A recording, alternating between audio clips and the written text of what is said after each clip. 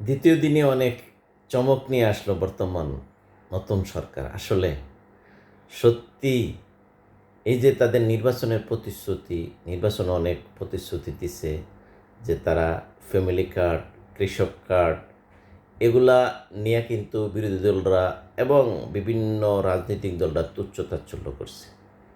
আজকে দেখেন ১ম অফিস করলো এবং দ্বিতীয় দিনের অফিসেই সর্বোচ্চ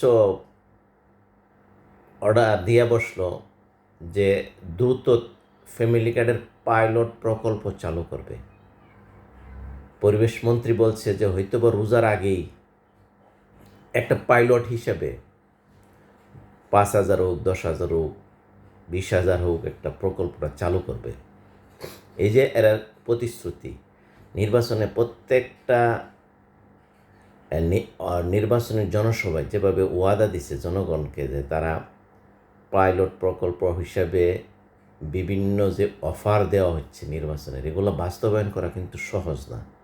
এবং পাশাপাশি বিভিন্ন দেশের সরকার প্রধানরা কন্টিনিউ কল করতেছে। আজকে ডোনাল্ড ট্রাম্প আমেরিকার উনি কল করছেন তারেক জিয়াকে, অভিনন্দন জানাইছেন। এটা কিন্তু বড় ধরনের একটা সরকারের জন্য এবং এই নতুন সরকার এসে যে চমকগুলো দেখাচ্ছে এবং কথায় নয় কাজে বিশ্বাসী এবং এটি প্রত্যেকটা জিনিস বাস্তবায়ন করবে, এগুলো যদি সত্যি হয় আমাদের দেশে তাইলে হয়তো বা একটা বড় ধরনের একটা চমক আসতেছে এই বাংলাদেশে।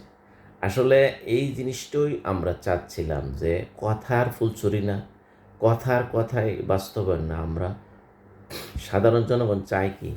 আমরা চাই এটা বাস্তবায়ন হোক এবং প্রতিটা কাজই যেন সফলতার সহিত করা হয়। এবং দেখেন আরেকটা সবচেয়ে বড় যে জিনিসটা, সালাউদ্দিন আহমেদ সবচেয়ে বেশি একটা কথা বলছে যে আজকের থেকে মববাজরা বিদায় হবে। তো দেখা যাক, মব কিন্তু বিদায় করা একটা স্বরাষ্ট্রমন্ত্রীর জন্য, বাংলাদেশের সমস্ত যেই স্বরাষ্ট্রমন্ত্রী আসছে তার জন্য কিন্তু বড় একটা চ্যালেঞ্জিংয়ের ব্যাপার হয়েছে এই মব। আর এই মব বাংলাদেশ থেকে যদি সত্যি বিতাড়িত করা যায়, পেশি শক্তির মাধ্যমে না, কৌশলে, যারা মব সৃষ্টি করতে চাইবে তাদের দাবি দেওয়া নিয়ে যদি প্রথমেই মব দুর্ঘটনা অথবা মব সৃষ্টি হওয়ার পূর্বেই যদি তাদেরটা কনভায়েন্স করে, তাদের সাথে বসে, তাদের সাথে আলোচনা করে এটা সমাপ্ত করা যায়, এটা একটা দেশের জন্য খুবই একটা অ্যাচিভমেন্ট। আশা করি এই জিনিসটা সকলেই দেখবেন এবং প্রতিটা ক্ষেত্রেই যেন আমরা এরকমভাবে সামনের দিকে এগিয়ে যেতে পারি। আশা করি দেখা যাক এই নতুন সরকার কতটুকু তাদের বাস্তবায়নের দিকে যেতে পারবে। তারা তাদের কথার ফুলচুরি নয়, কথায় সমাপ্ত, শুধুমাত্র আমরা জনগণ জানে কথার মধ্যে সীমাবদ্ধ না থাকি, যারা বাস্তবায়ন দেখতে পারি কার্যক্ষেত্রে। এই প্রত্যাশায় রেখে শেষ করলাম। আসসালামু আলাইকুম।